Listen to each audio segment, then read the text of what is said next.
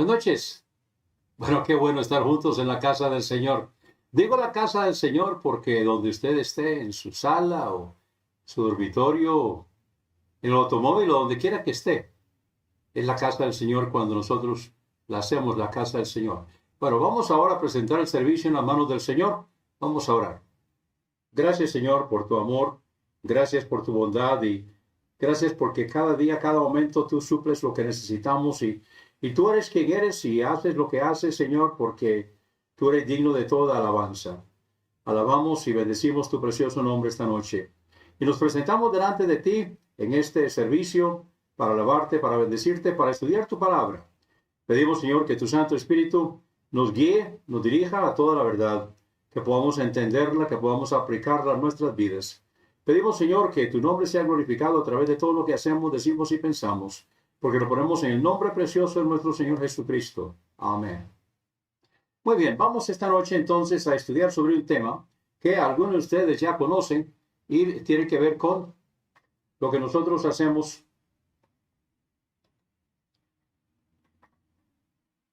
en la palabra de Dios.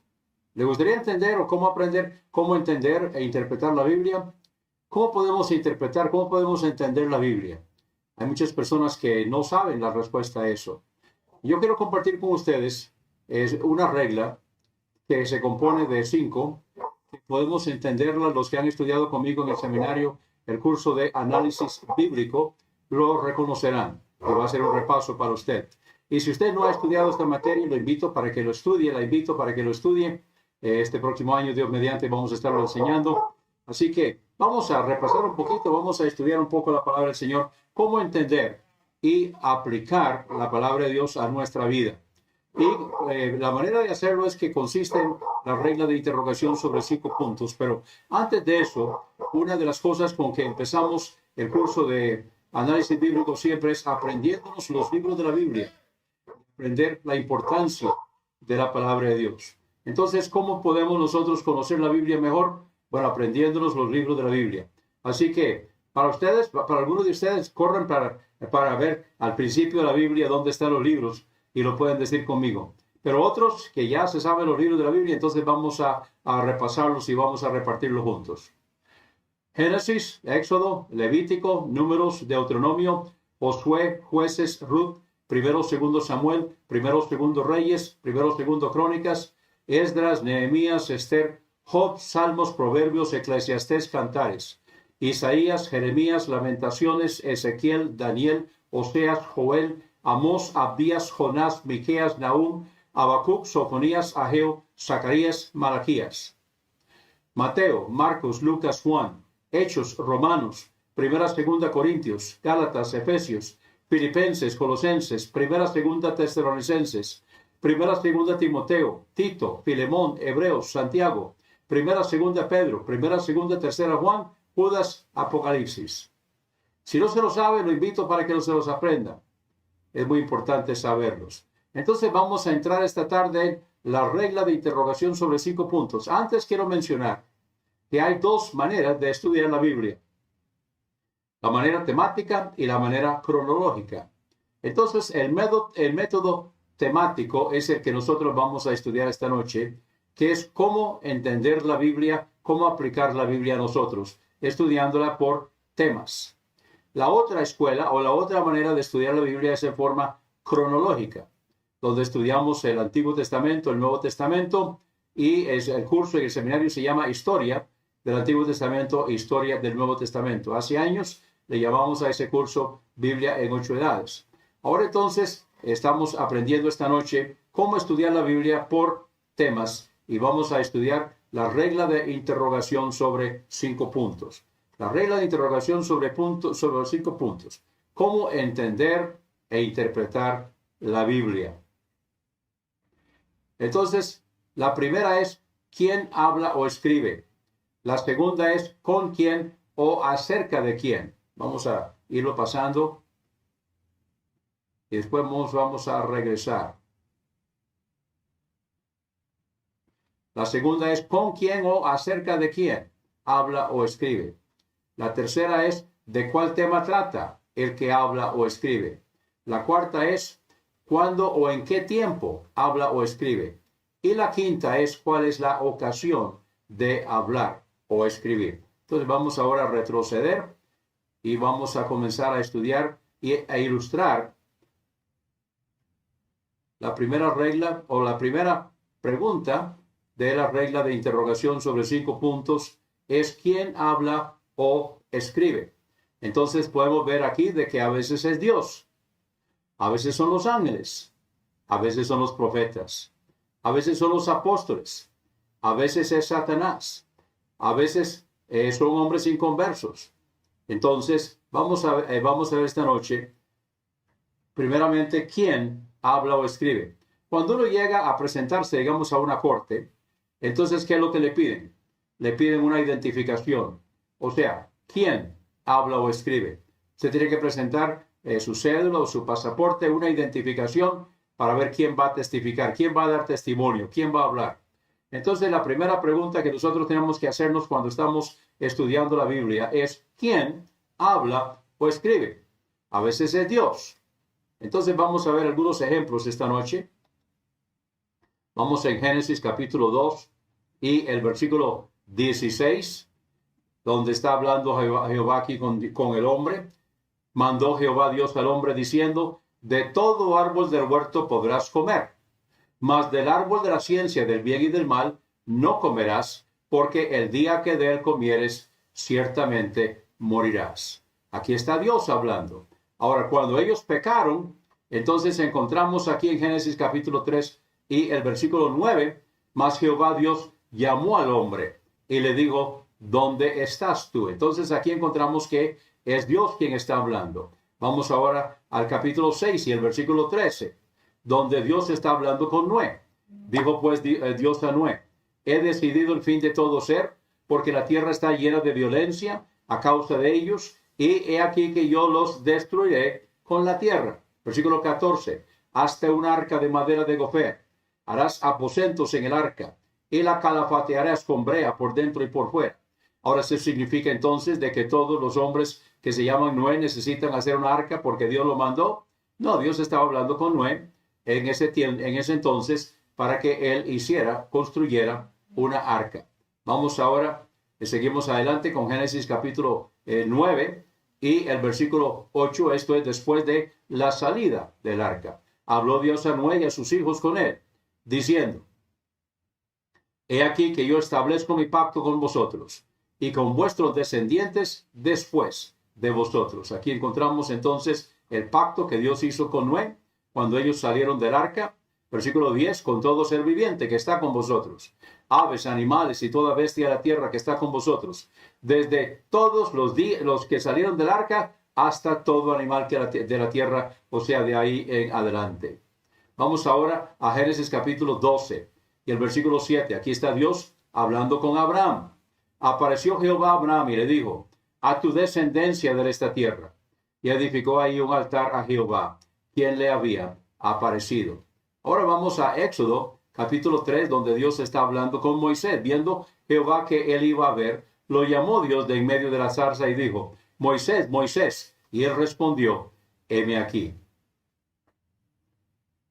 Y dijo, no te acerques, quita tu calzado de tus pies, porque el lugar en que tú estás, tierra santa es. Entonces la primera pregunta que tenemos que hacer es, ¿quién habla o escribe? A veces es Dios. Vamos a Primero de Reyes, capítulo 19, y el versículo 9. Y aquí está Elías, después del Monte Carmelo. Lamentablemente le entró una depresión y huyó de todo. Entonces ahí se metió en una cueva donde pasó la noche. Y vino a él palabra de Jehová, el cual le dijo, ¿qué haces aquí, Elías? Ese es un buen mensaje, un buen sermón. Voy a predicarlo un día de estos. ¿Qué haces aquí, Elías? Entonces a veces es Dios el que está hablando. Vamos a ver el segundo punto. A veces son los ángeles los que están hablando. Vamos ahora a Génesis capítulo 22 y el versículo 11. Entonces el ángel de Jehová. Ahora, el ángel de Jehová no es un ángel normal, sino que el ángel de Jehová yo considero por lo menos que es una teofanía. O sea, es una aparición de Jesucristo, pero en forma preencarnada en el Antiguo Testamento. El ángel de Jehová le dio voces desde el cielo y dijo: Abraham, Abraham. Y él respondió: heme aquí. Dios aquí está hablándole a Abraham cuando le había dicho que debía ofrecer a su hijo, y ahora entonces él estaba listo para hacerlo. Ya tenía a Isaac sobre la leña, listo para sacrificarlo, y entonces el ángel de Jehová le dio voces desde el cielo y dijo: Abraham, Abraham. Y él respondió: heme aquí. Vamos ahora a Números, capítulo 22, versículo 31. Estamos viendo aquí ejemplos de ángeles. Ahora, este es el caso de Balaam y Balac. ¿Recuerdan cuando Balaam quería maldecir al pueblo de Israel, pero Dios no se lo permitía? Y llegó un momento entonces en que él iba montado en su burro, y el burro estaba tratando de estorbarlo, y era apartándolo del ángel de Jehová, que quería matarlo, estaba con la espada desenvainada.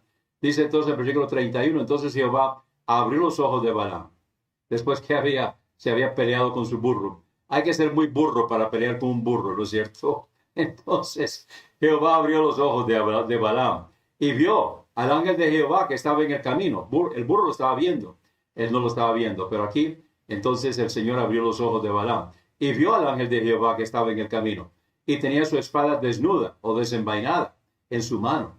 Y Balaam hizo reverencia y se inclinó sobre su rostro.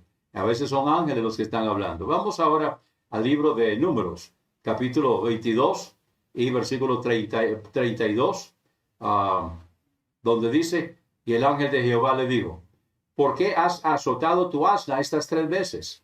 He aquí, yo he salido para resistirte, porque tu camino es perverso delante de mí. Entonces, a veces son ángeles, a veces es el ángel de Jehová el que está hablando. Vamos ahora a Primero de Reyes, capítulo 19, versículo 5. Aquí está Elías, cuando él iba huyendo, estaba deprimido, echándose debajo del enebro, se quedó dormido. Y he aquí luego un ángel lo tocó y le dijo: levántate, come.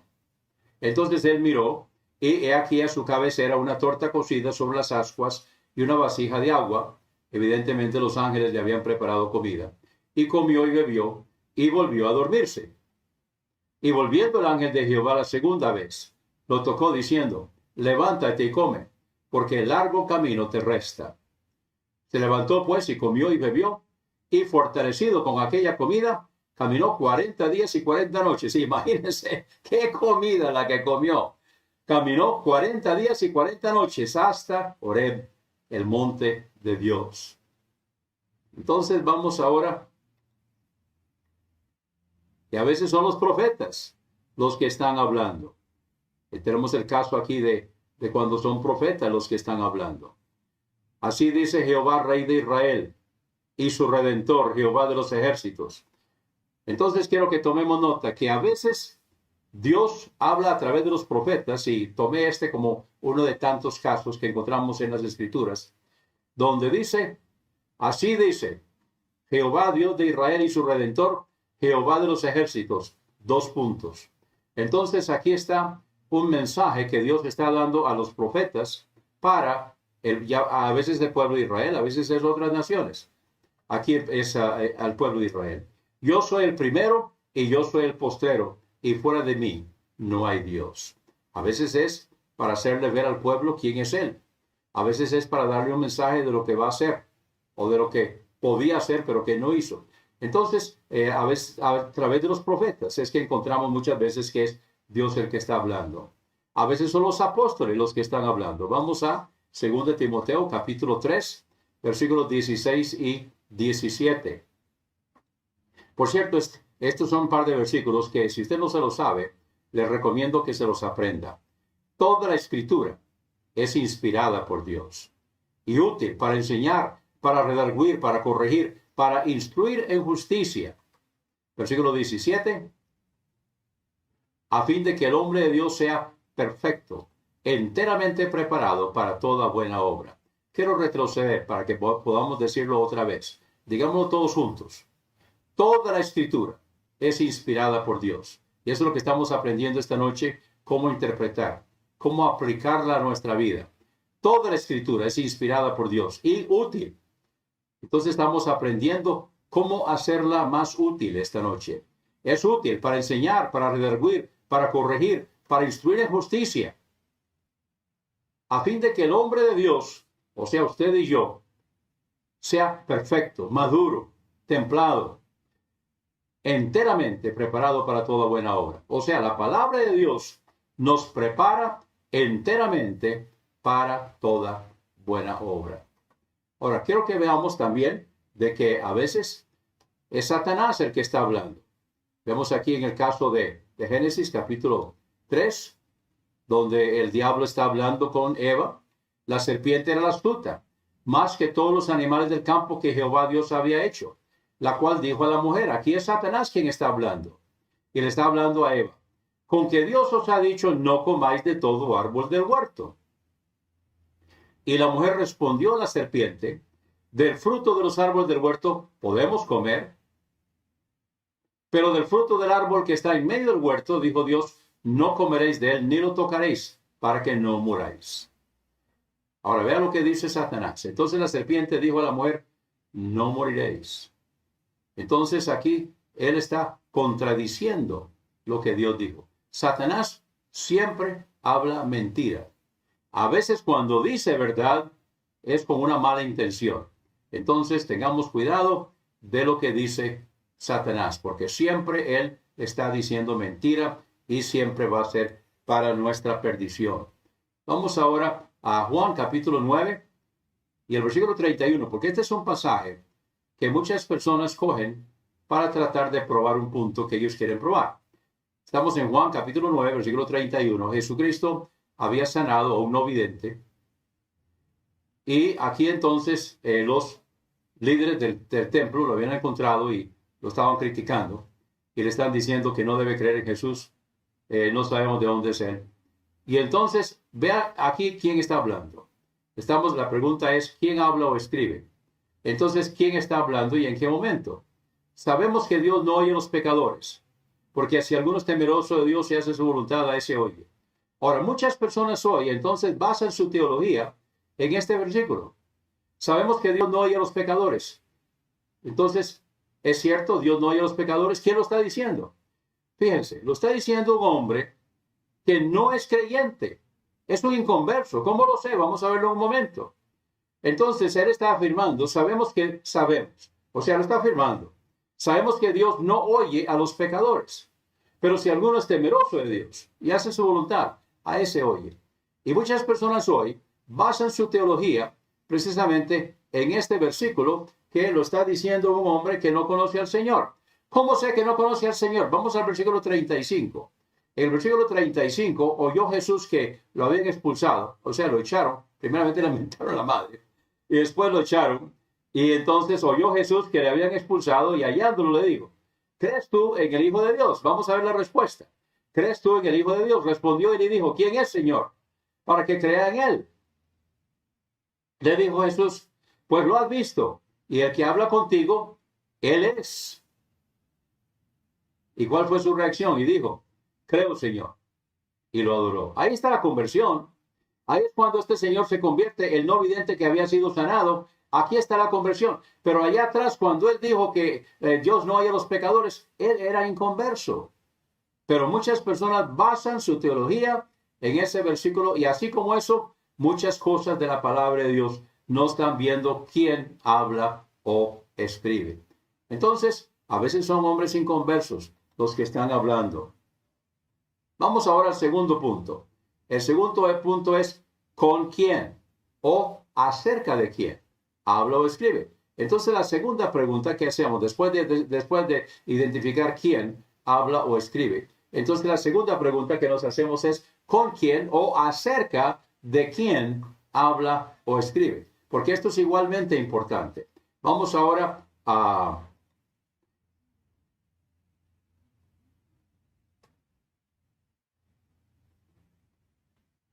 Vamos ahora a Génesis capítulo 6 y el versículo 13. Génesis 6:13. Dijo pues Dios a Noé. ¿Con quién está hablando? Con Noé. He decidido el fin de todo ser, porque la tierra está llena de violencia a causa de ellos. Y he aquí que yo los destruiré con la tierra. ¿Con quién está hablando? Con Noé. Y le dice a Noé, hazte un arca de madera de gofé. Harás aposentos en el arca y la calafatearás con brea por dentro y por fuera.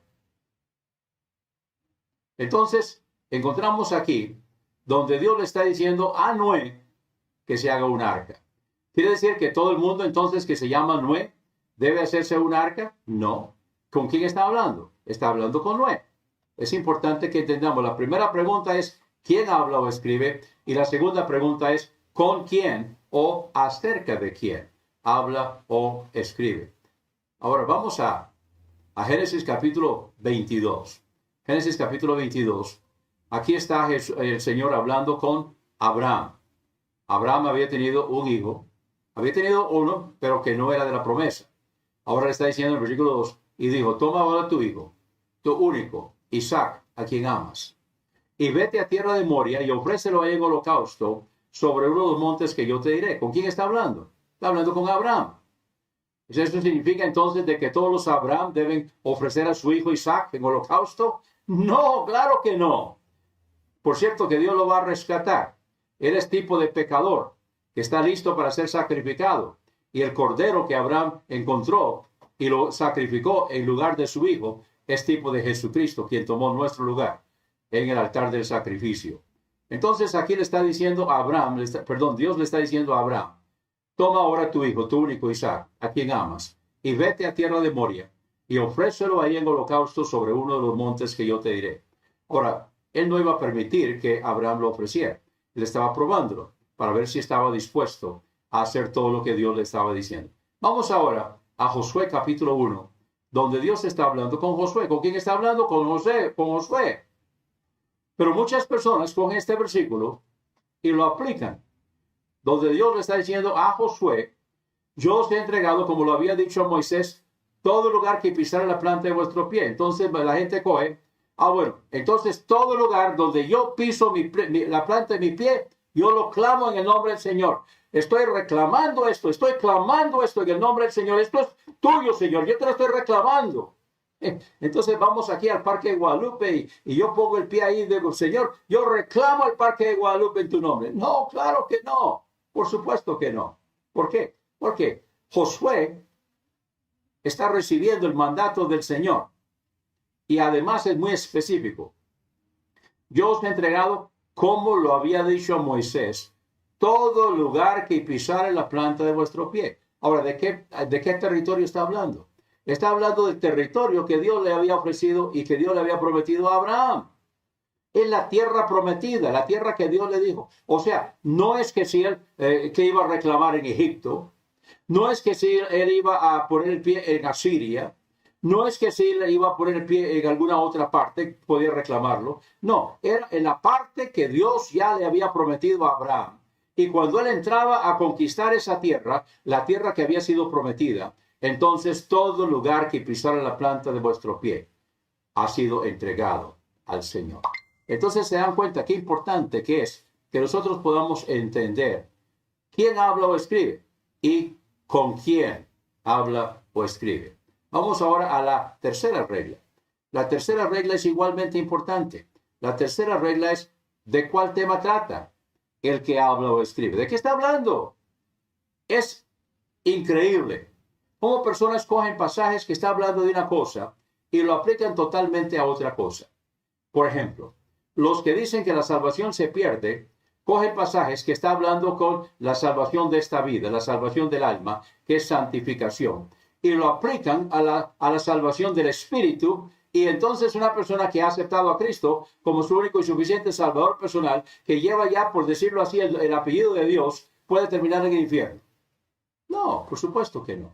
Pero eso es lo que hacen. Cogen pasajes que están hablando de una cosa y lo aplican a otra. Entonces, ¿de qué está hablando? ¿De cuál tema trata el que habla o escribe?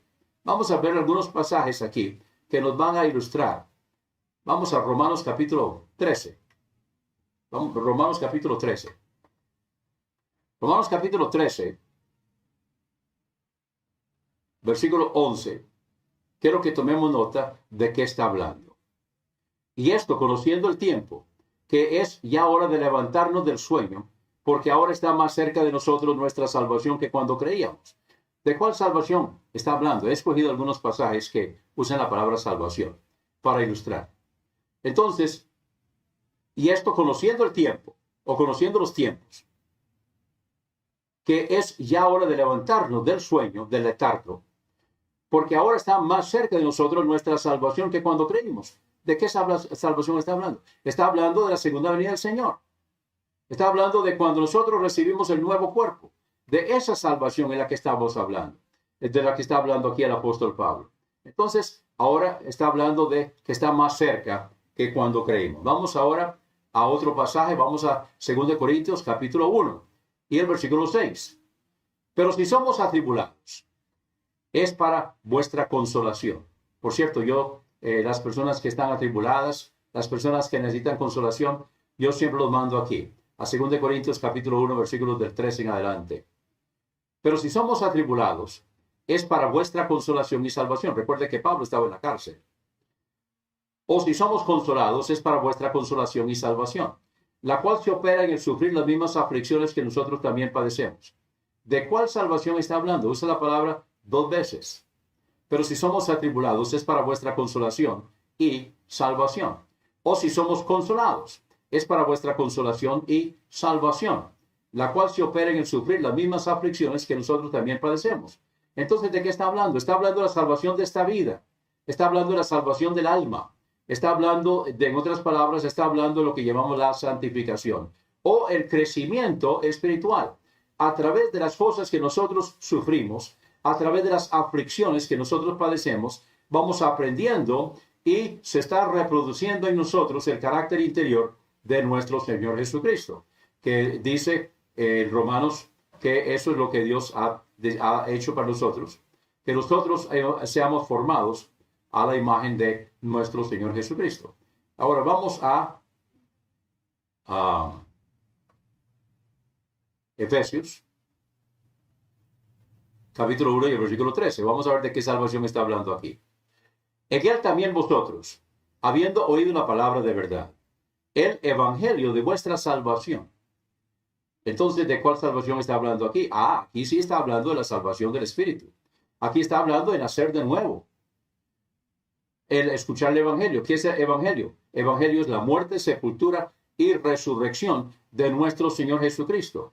Entonces, le está diciendo aquí a los efesios, que son gentiles, en él también vosotros, los gentiles, habiendo oído la palabra de verdad, el evangelio de vuestra salvación, porque antes los gentiles tenían que judaizarse. Ahora en el Nuevo Testamento no tienen que judaizarse. El evangelio de vuestra salvación, o sea, pasar de muerte a vida, o sea, aceptar a Cristo como Salvador personal, o sea, pasar de muerte a vida en el Espíritu, que el Espíritu que estaba muerto en delitos y pecados nazca de nuevo, y el Espíritu Santo viene a nuestro espíritu y le da vida y establece morada. Está hablando entonces de esa salvación. Habiendo creído en él, ¿qué sucedió? Fuisteis sellados con el Espíritu Santo de la promesa. Ahora, cuando nosotros fuimos sellados con el Espíritu Santo de la promesa, eso puso una marca, un sello en nosotros, y también eso permite que este cuerpo pueda, es una promesa, que este cuerpo va a recibir en la resurrección, va a recibir el nuevo cuerpo. Entonces, aquí está hablando de la salvación del Espíritu, pero también está hablando de la salvación futura de este cuerpo. Fíjense lo que está diciendo. Vamos ahora a Filipenses, capítulo 2. Ahora, estos son pasajes que mucha gente los coge y los saca totalmente fuera de contexto. Por tanto, amados míos, como siempre habéis obedecido, no como en mi presencia solamente, sino mucho más ahora en mi ausencia, ocupaos en vuestra salvación con temor y temblor. Quiere decir que entonces yo tengo que trabajar, yo tengo que esforzarme en mi salvación. Bueno, los que dicen que es por obras, o una mezcla de fe y obras, es precisamente lo que dicen. Y cogen este pasaje, lo sacan de contexto y entonces lo aplican a la salvación del Espíritu. No, no está hablando de la salvación del Espíritu. ¿De cuál salvación está hablando? Está hablando de la salvación del alma. Está hablando de la salvación de esta vida. Está hablando de pasar de muerte a vida en esta vida. O sea, santificación, crecimiento espiritual. Entonces, debemos ocuparnos, o sea, debemos ponerle duro vuestra salvación con temor y temblor. ¿Por qué? Porque es nuestro crecimiento espiritual, donde estamos pasando de muerte a vida en esta vida. Entonces, ¿de cuál tema trata el que habla este? Vamos ahora a Filipenses capítulo 3. Este es un pasaje también muy importante, donde una vez estaba hablando con una monjita, y ella creía, por supuesto, que la salvación se pierde, y me tiró este versículo, este pasaje. Bueno, yo francamente me sacó fuera de base. Me tomó fuera de base, porque yo no sabía. Pero yo le dije, bueno, Sor Yolanda, yo estoy seguro que no significa lo que usted dice que significa. O sea, yo lo estaba aplicando que él no estaba seguro de su salvación. Entonces, quiero que veamos aquí qué está hablando. ¿De cuál tema trata el que hablo escribe? ¿De qué está hablando? Pablo aquí en este pasaje, y ustedes pueden cogerlo y leerlo, está hablando de su vida cristiana, su trayectoria cristiana, el llamamiento que el Señor le había hecho para servirle, por cierto, para ser el apóstol a los gentiles. Entonces dice, comenzando con el versículo 12, no que lo haya alcanzado ya, ni que ya sea perfecto, o sea, ya no sea maduro, sino que prosigo por ver si logro hacer aquello para lo cual fui también asido por Cristo Jesús. Ahora, ¿para qué fue asido Pablo? Fue asido para ser apóstol a los gentiles, para ser testimonio a judíos, a gentiles y hasta a reyes. Para eso fue.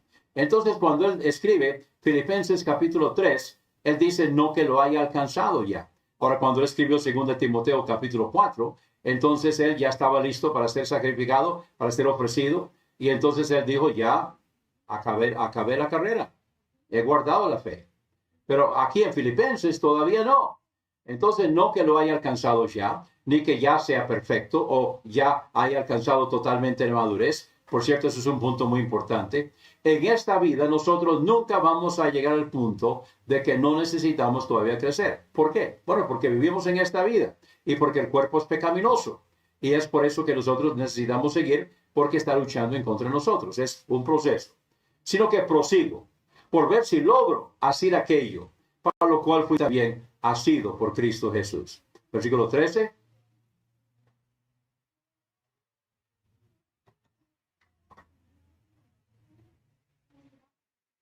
Hermanos, yo mismo no pretendo haberlo ya alcanzado.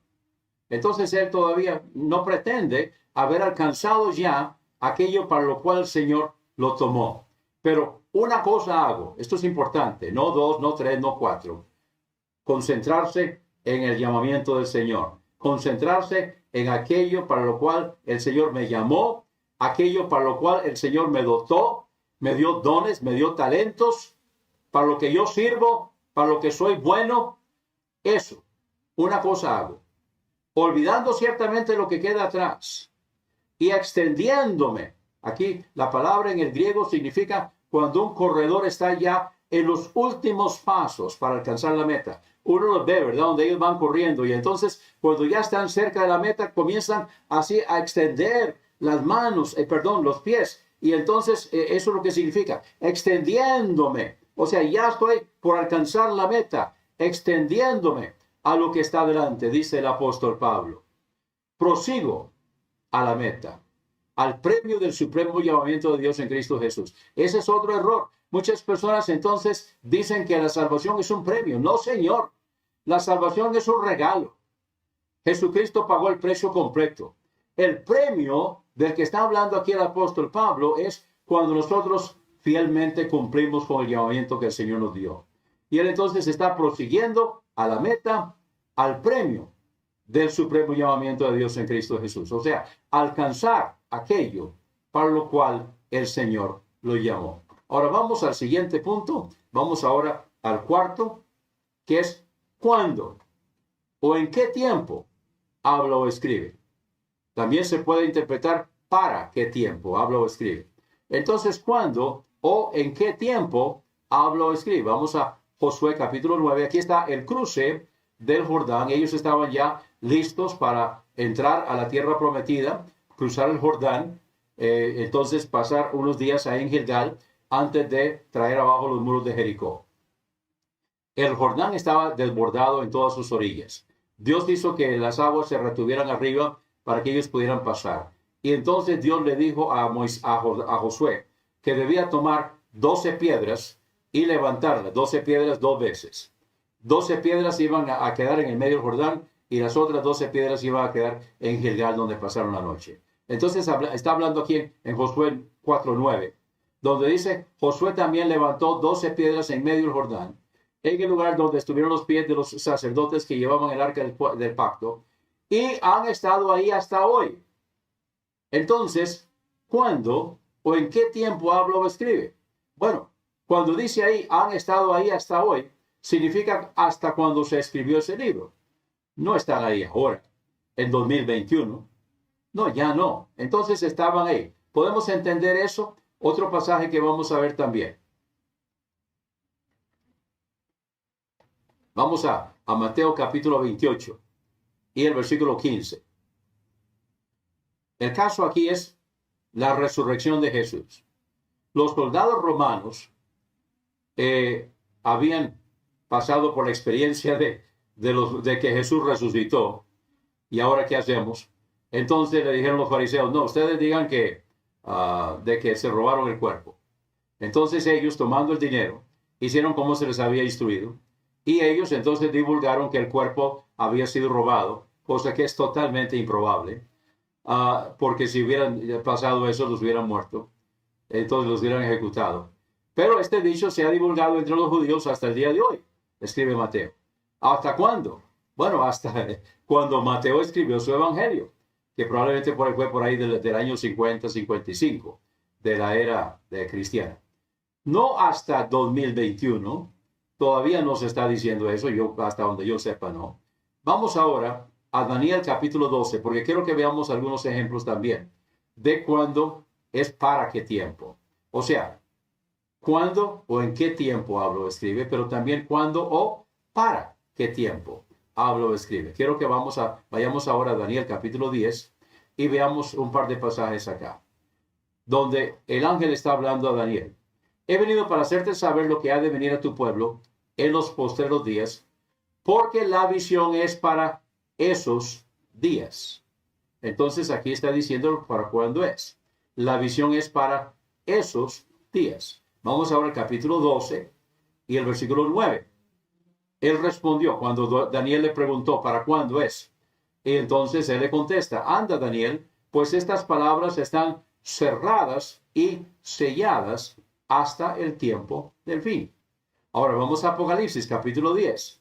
Vamos a ver otro ejemplo acá. ¿Cuándo o para qué tiempo? Cuando los 7 truenos hubieron emitido sus voces, Juan dice, yo iba a escribir, pero oí una voz del cielo que me decía, sella las cosas que los 7 truenos han dicho y no las escribas. Entonces, estas no eran para ese momento, sino que debían ser selladas, eran para otra ocasión, era para otro momento. Entonces, a veces es cuándo o en qué tiempo habla o escribe, otras veces es cuándo o para qué tiempo habla o escribe. Es la cuarta pregunta de la regla de interrogación sobre 5 puntos. Vamos ahora a la quinta. La quinta es cuál es la ocasión de hablar o escribir. En otras palabras, ¿qué lo motivó? ¿Qué fue lo que motivó que él dijera eso? Y vamos entonces aquí a tomar 2 ejemplos. Primeramente vamos a ver la respuesta. Vamos a Mateo capítulo 22 y el versículo 21. Donde Jesús dijo, dad a César lo que es de César y a Dios lo que es de Dios. Ahora, ¿qué motivó eso? ¿Por qué fue que Jesús dijo, dad a César lo que es de César y a Dios lo que es de Dios? Bueno, vamos a retroceder. Vamos aquí al versículo 17. Dinos pues, ¿qué te parece? ¿Es lícito? Porque eso era, eso no era popular entre los judíos. Pagarle tributo a César no era nada popular. Y él podía ser culpado de traición si decía que no se le pagaba a César. Entonces lo acusaban ante los romanos. Y si él decía que sí, que hay que darle a César todo lo que él pide, entonces era traicionar a su pueblo, que no estaban nada contentos. Entonces, ¿de qué viene la pregunta? Dinos pues, ¿qué te parece? ¿Es lícito? ¿Es correcto dar tributo a César o no? Pero Jesús, conociendo la malicia de ellos, les dijo, ¿por qué me tentáis, hipócritas? Mostradme la moneda del tributo. Y ellos le mostraron un denario. Entonces les dijo, ¿de quién es esta imagen y la inscripción? Le dijeron, de César. Y le dijo, dad pues a César lo que es de César y a Dios lo que es de Dios. Entonces, ¿se dan cuenta? ¿Qué motivó que Jesús dijo, dad a César lo que es de César y a Dios lo que es de Dios? La pregunta de ellos, que si era lícito. Vamos ahora a otro ejemplo. Vamos a Mateo 22, 29. En ese mismo capítulo, un poco más adelante, que lo estaban tentando. En esta ocasión son los saduceos, donde Jesús dijo, erráis ignorando las escrituras y el poder de Dios. Ahora, ¿por qué Jesús dijo eso? ¿Qué fue lo que lo motivó? ¿Qué ocasionó que Jesús dijera, erráis ignorando las escrituras y el poder de Dios? Primeramente, ¿con quién estaba hablando? Estaba hablando con los saduceos. ¿Qué fue lo que lo motivó? Bueno, vamos a regresar un poquito aquí. Vamos al versículo 23. Mateo 22, 23. Aquel día vinieron a él los saduceos, que dicen que no hay resurrección. Y le preguntaron, diciendo, maestro, Moisés dijo, o sea, están citando la ley de Moisés. Y aquí tiene que ver con la distribución de las tierras. Si alguno muriera sin hijos, su hermano carnal, su hermano se casará con su mujer y levantará descendencia a su hermano. En otras palabras, el hermano que se casa con la viuda va a levantar descendencia al difunto, al hermano que murió. No será de él, el primer hijo, va a ser del difunto. Hubo pues entre nosotros 7 hermanos. El primero se casó y murió, y no teniendo descendencia dejó su mujer a su hermano. De la misma manera también el segundo y el tercero, hasta el séptimo. Y después de todos, murió también la mujer. En la resurrección, pues, o sea, se están burlando de la resurrección. En la resurrección, pues, ¿de cuál de los 7 será ella mujer? Ya que todos la tuvieron, en otras palabras, ya que ella fue mujer de todos. Entonces, en la resurrección, ¿cómo va a ser? Y a raíz de eso, entonces respondiendo Jesús les dijo, erráis ignorando las escrituras y el poder de Dios. Erráis ignorando las escrituras y el poder de Dios. Ahora vamos a seguir leyendo acá, versículo 30, donde de una vez Jesús aprovechó. Pero en la resurrección, ni se casarán, ni se darán en casamiento, sino serán como los ángeles de Dios en el cielo. Vamos ahora al versículo 31, Mateo 22, 31. Pero respecto a la resurrección de los muertos, ellos no creían en la resurrección. Ahora entonces Jesús va a aprovechar la ocasión y va a devolverles a ellos la pregunta. Pero respecto a la resurrección de los muertos, ¿no habéis oído lo que os fue dicho por Dios cuando dijo, yo soy el Dios de Abraham, el Dios de Isaac y el Dios de Jacob?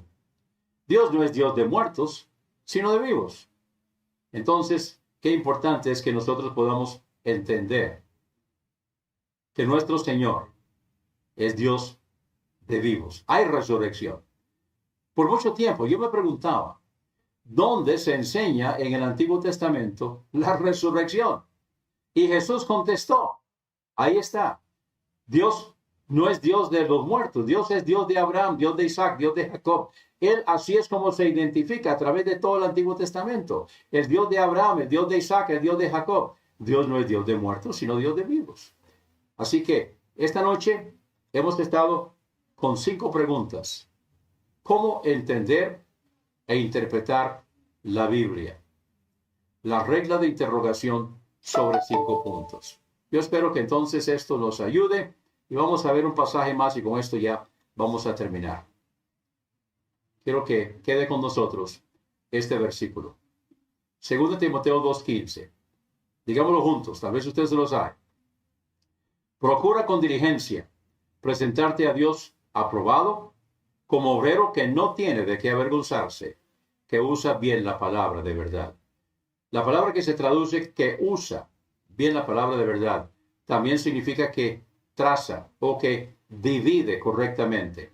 Entonces, en realidad, para el curso de análisis bíblico, este versículo es la base. Procura con diligencia presentarte a Dios aprobado, como obrero que no tiene de qué avergonzarse, que usa o traza o divide correctamente la palabra de verdad. Y con estas 5 preguntas, la regla de interrogación sobre 5 puntos, entonces nosotros podemos aprender a hacerlo así. Espero que esto nos ayude. Ya con esto voy a terminar con una palabra de oración. Espero que usted mantenga esto y si necesita más información al respecto, con mucho gusto se lo puedo dar. Gracias, Señor, por tu palabra. Gracias porque encontramos en ella todo lo que necesitamos para esta vida y para el más allá.